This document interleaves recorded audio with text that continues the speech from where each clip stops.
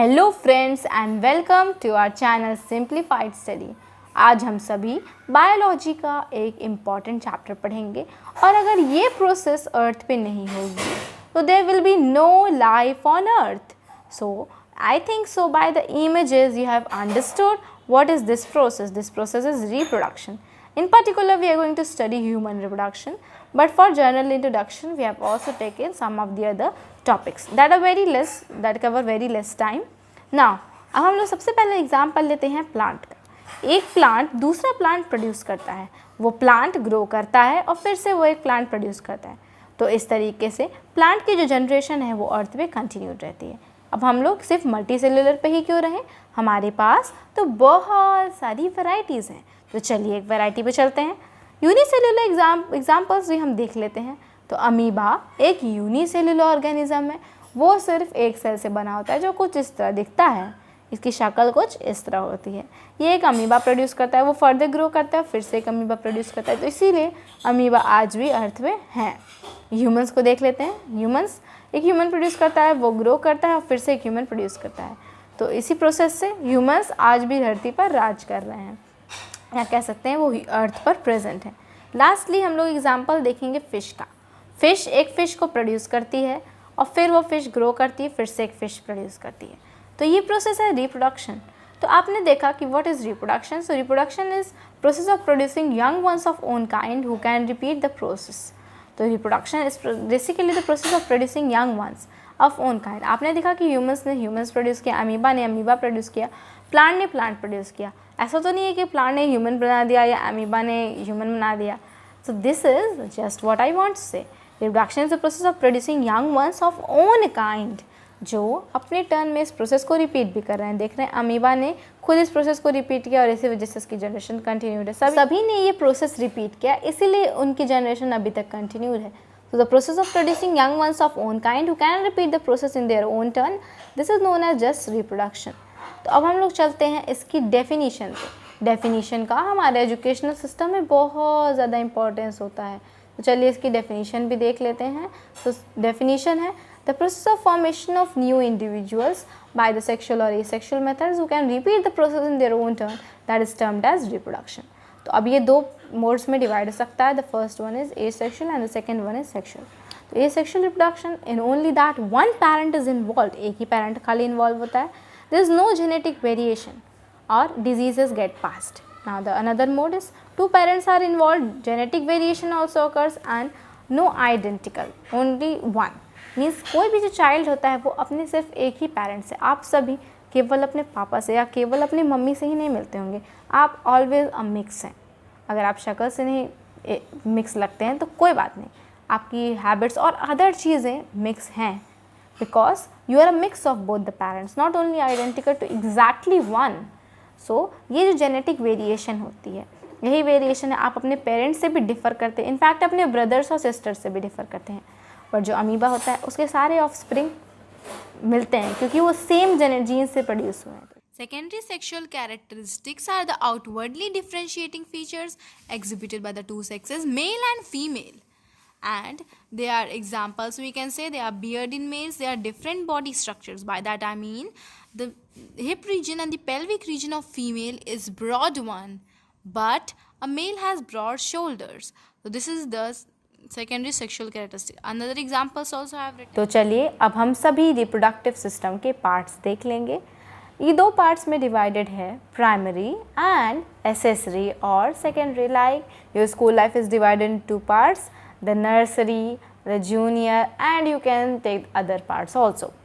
Now we will see the male reproductive system first.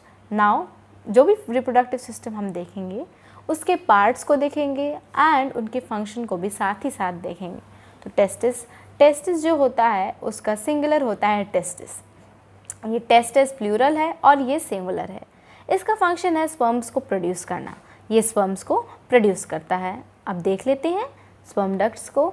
Sperm ducts को हम लोग दो नाम से जानते हैं, वास डिफरेंसेस, डक्ट डिफरेंस और एक खुद स्पर्म डक्ट। इसका काम होता है टेस्टिस से स्पर्म्स को कैरी करना। एसेसरी ग्लैंड्स, ये एसेसरी ग्लैंड्स तीन होते हैं। तो एसेसरी ग्लैंड्स को देखते हैं। एसेसरी ग्लैंड्स 3 होते हैं, seminal vesicles, prostate and Cowper's gland. ये क्या करते हैं, ये सेमिनल फ्लूइड में अपना अपना सिक्रीशंस देते हैं। अब हम देख लेते हैं अदर 2 पार्ट्स को। तो सबसे पहले हम देखेंगे इसमें पीनिस। तो पीनिस का काम होता है स्पर्म्स को फीमेल्स वजाइना में ट्रांसफ़र करना। यूरिथ्रा स्पर्म्स को स्पर्म डक्ट से रिसीव करती है और उनको फर्दर कन्वे करती है। और अब हम इस वीडियो में आपको स्टार फैक्ट्स भी बताएंगे। तो स्टार फैक्ट्स पे चलिए एक नज़र डाल लेते हैं। सबसे पहला स्टार फैक्ट है आपका यूरिथ्रा के बारे में। Urethra is a common duct for passing out urine and the seminal fluid. तो आप कंफ्यूजन में पड़ गए, how it is a common duct.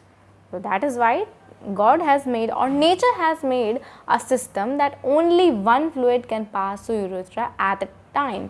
एक समय पर केवल एक ही फ्लूइड निकल सकता है यूरेथ्रा से, that can be either the seminal fluid और द यूरिन।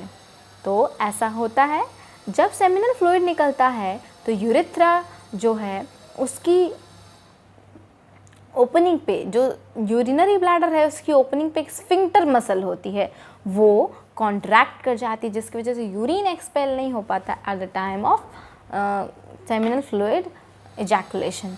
तो इसी वजह से एक ही फ्लूइड पास होता है यूरेथ्रा से at a single time. And vice versa also happens in the passing out of urine. अब हम लोग दूसरा स्टार फैक्ट देख लेते हैं, टेस्टिकल्स। और टेस्टिस में बहुत सारे बच्चे कंफ्यूज रहते हैं। तो टेस्टिकल क्या होता है? Testicle is testis plus epididymis. As you can see in this diagram, testis and epididymis, this is testis, this is epididymis. So when you take them together you will call them as testicle. Now I have written ICC 2021 here, so please the CBSE and NCERT children do not skip this video. ICC 2021 I am just telling from the exam point of view, but this whole syllabus of reproductive system is almost same in the ICSE as well as the CBSE. So continue with this video. Now I am going to tell a very important tip related to diagrams. And now this tip is for board exams that can be of any board. So some basic tips about diagram तो भाई सब में एक ही तरीके से बनाना होता है। तो कुछ चीज़ें जो बहुत मायने रखती हैं वो ये होती हैं that can let you score good, that from अगर ये आप करेंगे आप अच्छे नंबर स्कोर करेंगे, so you can be saved from your mother and father's scoldings. Okay, तो चलिए देख लेते हैं कुछ टिप्स डायग्राम से related. And if you follow these tips, I will guarantee if you follow these tips sincerely, तो diagrams में आपके नंबर्स नहीं कटेंगे। तो हम लोग देख लेते हैं टिप्स क्या है। ये बहुत अच्छी टिप्स हैं। सबसे पहले टिप मैं ये देना चाहूँगी कि जब भी आप डायग्राम को लेबल करें तो उसकी लेबलिंग पे अच्छा खासा ध्यान रखें। स्पेशली मैं ICSE वालों को कह रही हूँ, जब आप किसी डायग्राम को लेबल करते हैं, जैसे कि मैंने यहाँ पे सपोज़ के लिए हमें ये आई को बताना है, हमें आई को समझाना है, तो हमने यहाँ पे आई को लेबल किया है। तो बच्चे 2 तरीके से लेबल करते हैं। कुछ बच्चे क्या करते हैं, आई लेबल करते हैं तो एरो वर्ड की तरफ रखते हैं, जो हेड होता है एरो का, ये पॉइंट वाला एंड, इसको वर्ड की तरफ रखते हैं। और कुछ बच्चे फीचर की तरफ रखते हैं। तो सबसे सही होता है फीचर की तरफ रखना है, because you are indicating that this is I not this. तो always try to label by this way, by indicating the arrow head towards feature. ना अब हम देख लेते हैं इस डायग्राम को। तो ये जो है, अब ये सबसे पहली टिप मैंने आपको दी। अब दूसरी टिप का टाइम आ गया है, और दूसरी टिप कुछ और नहीं, दूसरी टिप बहुत इंपॉर्टेंट है, जो है neatness and the clarity and the labelling in diagram. तो whenever you draw a diagram, it is not necessary that you draw a very complex diagram. You can draw a simple diagram also, but 2 things that should always be maintained in your diagram is neatness. अगर आप diagram बनाएंगे और उसे NEET नहीं रखेंगे, so examiner obviously he will find difficult to see the features and the labelings even. So the best thing you should take is keep the diagram neat and tidy. The next thing is labeling. अगर आप सिर्फ diagram बनाते हैं जैसे इस तरह और उसको बिल्कुल भी लेबल नहीं करते हैं कौन सा फीचर है, तो आपको एक भी मार्क्स नहीं मिलेंगे, because you have not labelled anything. So always label and start from the most important labelling. जैसे मेल रिप्रोडक्टिव सिस्टम में सबसे इंपॉर्टेंट लेबलिंग यहाँ हो गई टेस्टिस. तो इसी तरह से इंपॉर्टेंट लेबलिंग स्टार्ट करते हुए करें। और एक और बहुत अच्छी टिप है, ये है कि जब भी आप डायग्राम को लेबल करें तो try to label this in capital letters, right? I have labelled here, so if you will label in this manner, it will make a neat impression of the diagram, so this will get you a good mark. Okay, now we are proceeding further. So human male reproductive system का ये front view था, और heading, हाँ obviously heading को भी डाल दें, जैसे यहाँ पे मैंने हेडिंग डाली है डायग्राम की। तो सबसे पहले देख लेते हैं स्क्रोटम के बारे में। तो scrotum is a thin walled sac of skin hanging between the two legs. ये स्किन का बहुत पतला सा सैक होता है जो दोनों लेग्स के बीच हैंग करता है। And what is scrotal septum? Scrotal septum is an internal partition in the scrotum separating the two testes. Like this is the scrotum, so this is the scrotum and these are the two testes. Now there is an internal partition that divides the two testes. ये जो internal partition है, हम ये अंदर से, ये बाहर से नहीं है, हम अंदर वाले पार्टीशन की बात कर रहे हैं। This is known as scrotal septum, यही पार्टीशन स्क्रोटल सेप्टम है। Now we are going to see the another thing that is about the testis. Firstly we have seen what is scrotum, and now we will study about testis. So already I have told that testes is plural and testis is singular. तो अब चलिए इसके बारे में भी देख लेते हैं। सबसे पहले सबसे इंपॉर्टेंट चीज़ है, इसको मैंने रेड कलर से अंडरलाइन किया है, that testes are extra abdominal. Do not forget that testes are extra abdominal. Testes are extra abdominal means वो बॉडी से बाहर सिचुएटेड होते हैं। एंड ये क्यों होता है, इसका भी रीज़न है। Testes are extra abdominal as sperm production, maturation, storage requires 2 to 3 degree lower temperature than the core body temperature. Testes इसलिए एक्स्ट्रा एब्डोमिनल होते हैं कि जो स्पर्म का प्रोडक्शन होता है, उसका स्पर्म का प्रोडक्शन, उसका मैच्योरेशन और उसका स्टोरेज, तीनों को 2 से 3 डिग्री लोअर टेम्परेचर चाहिए होता है कोर बॉडी टेम्परेचर से। तो इसीलिए इन तीनों बातों को लिखें जब आपसे पूछा जाए कि why the testes are located outside the body और why the testes are extra abdominal. तो इसका यही रीज़न है, जो टेस्टीज होते हैं उनमें जो स्पर्म्स प्रोड्यूस होते हैं, उनका प्रोडक्शन भी, मैच्योरेशन भी और स्टोरेज भी 2 से 3 डिग्री लोअर टेम्परेचर चाहता है body temperature, normal body temperature से। तो तीनों बातों को लिखिए, not only the production but the maturation as well as storage. So many children only mention that only sperm production requires 2 to 3 degree lower temperature, but no, it is all the 3 factors. So write all the one. Now when they are formed in a baby, so when a male baby is in his mother's uterus, so they are formed during 7 to 8 week of his mother's pregnancy. जब एक male baby अपनी mother की uterus में होता है तो उसकी mother की 7 to 8 वीक ऑफ प्रेगनेंसी में दीज टेस्टीज आर फॉर्म्ड। अब ये टेस्टीज जब फॉर्म होते हैं तो at the time of formation they are intra abdominal. ये जो होते हैं बॉडी के अंदर होते हैं। अब जिस तरह वो फीटस बड़ा होते जाता है, when the baby is of 7 to 8 months or either shortly before birth, then the testes descend into the scrotum. Testes suppose ये मैं एक फिगर के थ्रू अभी बता रही हूँ आपको। सपोज ये एक ह्यूमन बेबी है, don't go on the diagram. तो सपोज ये एक ह्यूमन बेबी है और हमने इसके लेग्स छोटे छोटे बना दिए हैं, ठीक है। तो इसके टेस्टिस इसकी बॉडी कैविटी में लोकेटेड है अंदर की तरफ। तो जो स्क्रोटम होता है उसमें ये 7 to 8 वीक ऑफ प्रेगनेंसी और आइदर शॉर्टली बिफोर बर्थ ये डिसेंड करते हैं। तो चलिए अब हम फर्दर वापस जाते हैं।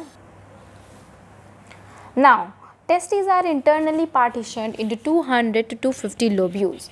टेस्टिस इंटरनली पार्टीशन होते हैं 200 to 250 lobules. I have cross check this fact because in some book it was written 15 to 20 lobules, but you do not write that. Testis के अंदर जो लोब्यूल्स होते हैं वो खुद ही 200 से 250 पार्ट्स में डिवाइड होता है, like in this diagram. So these are actually 200 to 250। ये जो पार्टीशंस हैं ना, ये 2 से 250 होते हैं। अब टेस्टिस के शेप को समझ लेते हैं। तो it is oval shaped organ like this. Now they are in pair. Testis सिर्फ एक नहीं होता, टेस्टिस 2 होते हैं। तो अब हम लोग इसका लॉन्गिट्यूडनल सेक्शन देख लेते हैं। If you do not know what is longitudinal section, sagittal section, transverse section, cross section, so you can visit the video whose link I am sharing in the top right corner of your screen. अभी आपको अपने top right corner पे एक video का card आता हुआ दिख रहा होगा। Click that and just you will understand in a part of the video what is transverse, what is longitudinal section. तो अब हम देख लेंगे। तो लॉन्गिट्यूडनल सेक्शन बेसिकली हम यहाँ देखते हैं टेस्टीज़ का। तो टेस्टीज़ ये होती हैं, ये स्क्रोटम है। तो सब लोग इसकी लेबलिंग ध्यान से देखें प्लीज़। तो ये जो है वो स्क्रोटम है, ये सैक ऑफ स्किन होता है, ये होता है टेस्टीज़। अब ये होती हैं उसके अंदर की पार्टीशंस जो 200 to 250 नंबर होती हैं। ये जो पार्टीशंस हैं हम उन्हें टेस्टिकुलर लोब्यूल्स कहते हैं या सिंपली लोब्यूल्स भी कह सकते हैं। अब ये जो टेस्टिकुलर लोब्यूल्स होते हैं इनके अंदर बहुत कॉइल्ड चीज़ें प्रेजेंट हैं। ये पाइप की तरह ही है, पर इस पाइप को हमने बहुत मोड़ दिया है। ये पाइप हैं, इनको हम कहते हैं सेमिनिफेरस ट्यूब्यूल्स, हमने यहाँ लेबल किया है। अब ये सेमिनिफेरस ट्यूब्यूल्स, सब सेमिनिफेरस ट्यूब्यूल्स फाइनली एक स्ट्रक्चर से जाके जुड़ जा रही हैं जिसे हम रेटी टेस्टीज कहेंगे। ये स्ट्रक्चर जिसे सभी सेमिनिफेरस ट्यूब्यूल्स जुड़ जा रही हैं वो और कुछ नहीं बल्कि रेटी टेस्टीज है। अब रेटी टेस्टीज से जो पाइप्स निकल रही हैं, जो एपिडिडाइमिस की तरफ जा रही हैं, बाहर की तरफ जा रही हैं, ये है वासा इफ्रेंशिया। और वासा इफ्रेंशिया के बाहर एक बहुत ही बड़ी सी, अब ये बाल नहीं है, ये एक्चुअली बहुत ज़्यादा कॉइल ट्यूब है। जैसे कि ये कॉइल्ड इसलिए होती है क्योंकि ये बहुत हाई होती है लेंथ में, इसकी लेंथ 6 मीटर्स होती है। तो how you think that 6 metres की जो ट्यूब है, how we can fit that in the small scrotum. तो इसीलिए गॉड ने इसे बहुत ही कॉइल्ड बनाया है। जब कोई भी बहुत चीज़ लंबी होती है तो उसे अक्सर कॉइल्ड वे में पाया गया है बॉडी के अंदर, जिससे कि उसका स्पेस जो वो लेता है वो बहुत कम हो जाता है। तो epididymis is highly coiled. Now epididymis further उससे एक अराइज होती है जिसे हम कहते हैं स्पर्म डक्ट या vas deferens. You can see in the diagram. Now अब हम लोग देखेंगे सबसे पहले टेस्टीज़ के पार्ट्स को। तो सबसे पहले पार्ट पे हम लोग चलते हैं। तो सबसे पहले हम लोग देखने जा रहे हैं द सेमिनिफेरस ट्यूब्यूल्स। तो स्पर्मेटोगोनिया के बारे में मैंने पहले भी आपको बताया है, अभी मैं फिर से बता दे रही हूँ। Spermatogonia are nothing but male germ cells. तो ये मेल जर्म सेल से डिवाइड होते हैं और ये स्पर्म्स को प्रोड्यूस करते हैं। तो spermatogonia are present on inside wall of seminiferous tubule. अभी मैंने आपको सेमिनिफेरस ट्यूब्यूल्स दिखाया, ये सेमिनिफेरस ट्यूब्यूल्स हैं। तो इन्हीं के अंदर वाली वॉल में स्पर्मेटोगोनिया प्रेजेंट होते हैं। For example you can see this figure that I have made on the top right corner. So you just see this figure. ये जो ऊपर है इसको देखिए, ये सेमिनिफेरस ट्यूब्यूल्स है, ये हाईली कॉइल्ड हैं और इसके अंदर की दीवार की तरफ ये प्रेजेंट होती हैं। तो चलिए अब हम इन्हें देख लेते हैं, इनके फंक्शंस को और इनके पूरी डिटेल को हम लोग देखेंगे। तो सेमिनिफेरस ट्यूब्यूल्स जो होती हैं, स्पर्मेटोगोनिया उनके अंदर वॉल्स में प्रेजेंट होते हैं और ये स्पर्म्स प्रोड्यूस करते हैं। किस प्रोसेस के थ्रू? ये स्पर्म्स प्रोड्यूस करते हैं मायोसिस से। मायोसिस क्या होती है इसको मैंने आपको सेपरेटली एक छोटे से वीडियो में बताया है, जिसको आप जाके देखेंगे। इस वीडियो की लिंक अभी हमने प्रोवाइड की है। टॉप राइट कॉर्नर पे आपके स्क्रीन पे एक कार्ड फ्लैश होता हुआ दिख रहा होगा of a video. Just click on that and watch the video of meiosis for your syllabus of class 10th. Now seminiferous tubules, इनको हम लोग थोड़ा सा देख लेते हैं। सेमिनिफेरस ट्यूब्यूल्स के अंदर वाली वॉल में स्पर्मेटोगोनिया प्रेजेंट होते हैं। ये जर्म सेल्स होते हैं, ये स्पर्म प्रोड्यूस करते हैं। ओके, तो दे स्पर्म जो प्रोड्यूस करते हैं ये मायोसिस से करते हैं। तो I hope that you all remember, ये मायोसिस से प्रोड्यूस करते हैं स्पर्म्स को। और इन्हीं के लूप्स के बीच में, जैसे कि ये स्पर्मेटोगोनिया है तो इसके जो होल्स हैं इनके बीच में ये जो रीजन है यहाँ पर लीडिंग या इंटरस्टिशियल सेल्स होते हैं। ये बहुत इंपॉर्टेंट है। आईसीएससी में तो इसे इतना पूछा जाता है, हर पेपर में लगभग ये पूछा जाता है, हु प्रोड्यूस टेस्टोस्टेरोन और what is the function of Leydig cells. तो इस ज़रूर याद कर लें। तो ये लूप्स के बीच में प्रेजेंट होता है, ये लीडिंग सेल कहते हैं या इसे इंटरस्टिशियल सेल भी कहते हैं, और इसका फंक्शन है टेस्टोस्टेरोन को प्रोड्यूस करना। What is testosterone? Testosterone is the male sex hormone which is responsible for beard, mustache and other secondary sexual characteristics. अब हम लोग देख लेते हैं एपिडिडाइमिस के बारे में। तो एपिडिडाइमिस अभी मैंने दिखाया डायग्राम के थ्रू। ये है एपिडिडाइमिस, ये हाईली कॉइल ट्यूब है, 6 मीटर्स इसकी लेंथ होती है। इसका फंक्शन होता है स्पर्म्स को स्टोर करना। स्पर्म्स यही मोटिलिटी भी एक्वायर करते हैं। मोटिलिटी मतलब होता है मूव करने की कैपेसिटी। स्पर्म्स मूव नहीं कर पाते हैं तो जब वो एपिडिडाइमिस में जाते हैं तो फिर वो मूव करने लगते हैं, वहाँ पे वो मोटिलिटी यानी मूव करने की कैपेसिटी अटेन कर लेते हैं। एपिडिडाइमिस को हम लोग रिसाइकलिंग सेंटर भी कहते हैं स्पर्म्स का, यहीं पे स्पर्म्स रिसाइकल होते हैं, तो रिसाइकलिंग सेंटर भी है ये स्पर्म्स का। अब स्पर्म्स का रिसाइकल होना इसलिए ज़रूरी है because sperms are continuously formed but they are not ejaculated each and every time from the male body. तो अगर स्पर्म्स बनते रहेंगे तो जो टेस्टिकुलर प्रेशर है वो बहुत ज़्यादा हो जाएगा, इसीलिए उनका डिस्ट्रॉय होना भी ज़रूरी है। तो जो स्पर्म्स इजैकुलेट नहीं होते हैं उस टाइम तक वो डिस्ट्रॉय हो जाते हैं। अब हम स्पर्म डक्ट्स के बारे में जानेंगे। तो स्पर्म डक्ट्स जो होते हैं वो टेस्टिस से अराइज होते हैं और ये अपवर्ड ट्रैवल करते हैं एब्डोमेन में। तो स्पर्म डक्ट को पहले फिर से डायग्राम के थ्रू देख लेते हैं। ये टेस्टीज हैं, इनसे अराइज होते ऊपर एब्डोमेन में जा रहे हैं और फिर फर्दर नीचे वापस यूरेथ्रा के थ्रू ये अपनी सिक्रीशन दे रहे हैं। इंज्यूनल हर्निया क्या होता है?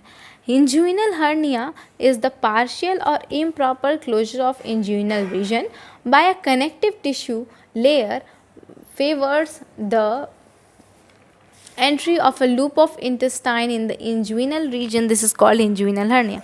I've also drawn a diagram to show just what is inguinal hernia. So just you see this one. ये जो है ये स्क्रोटम है।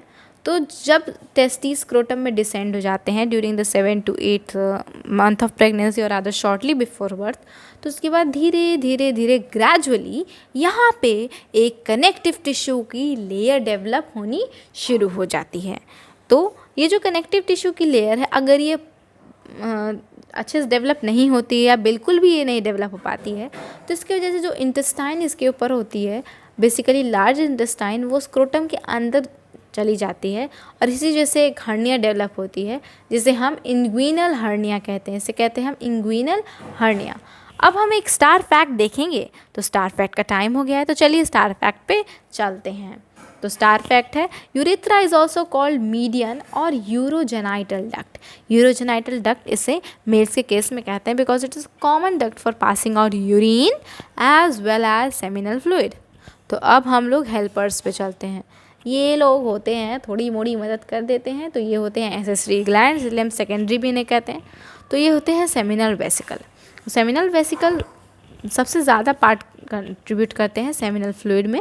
अब ICSE के एग्ज़ाम्स में लोकेशन को बहुत पूछा जाता है और पूछा जाता है state the exact location of particular structure और पर्टिकुलर ऑर्गन।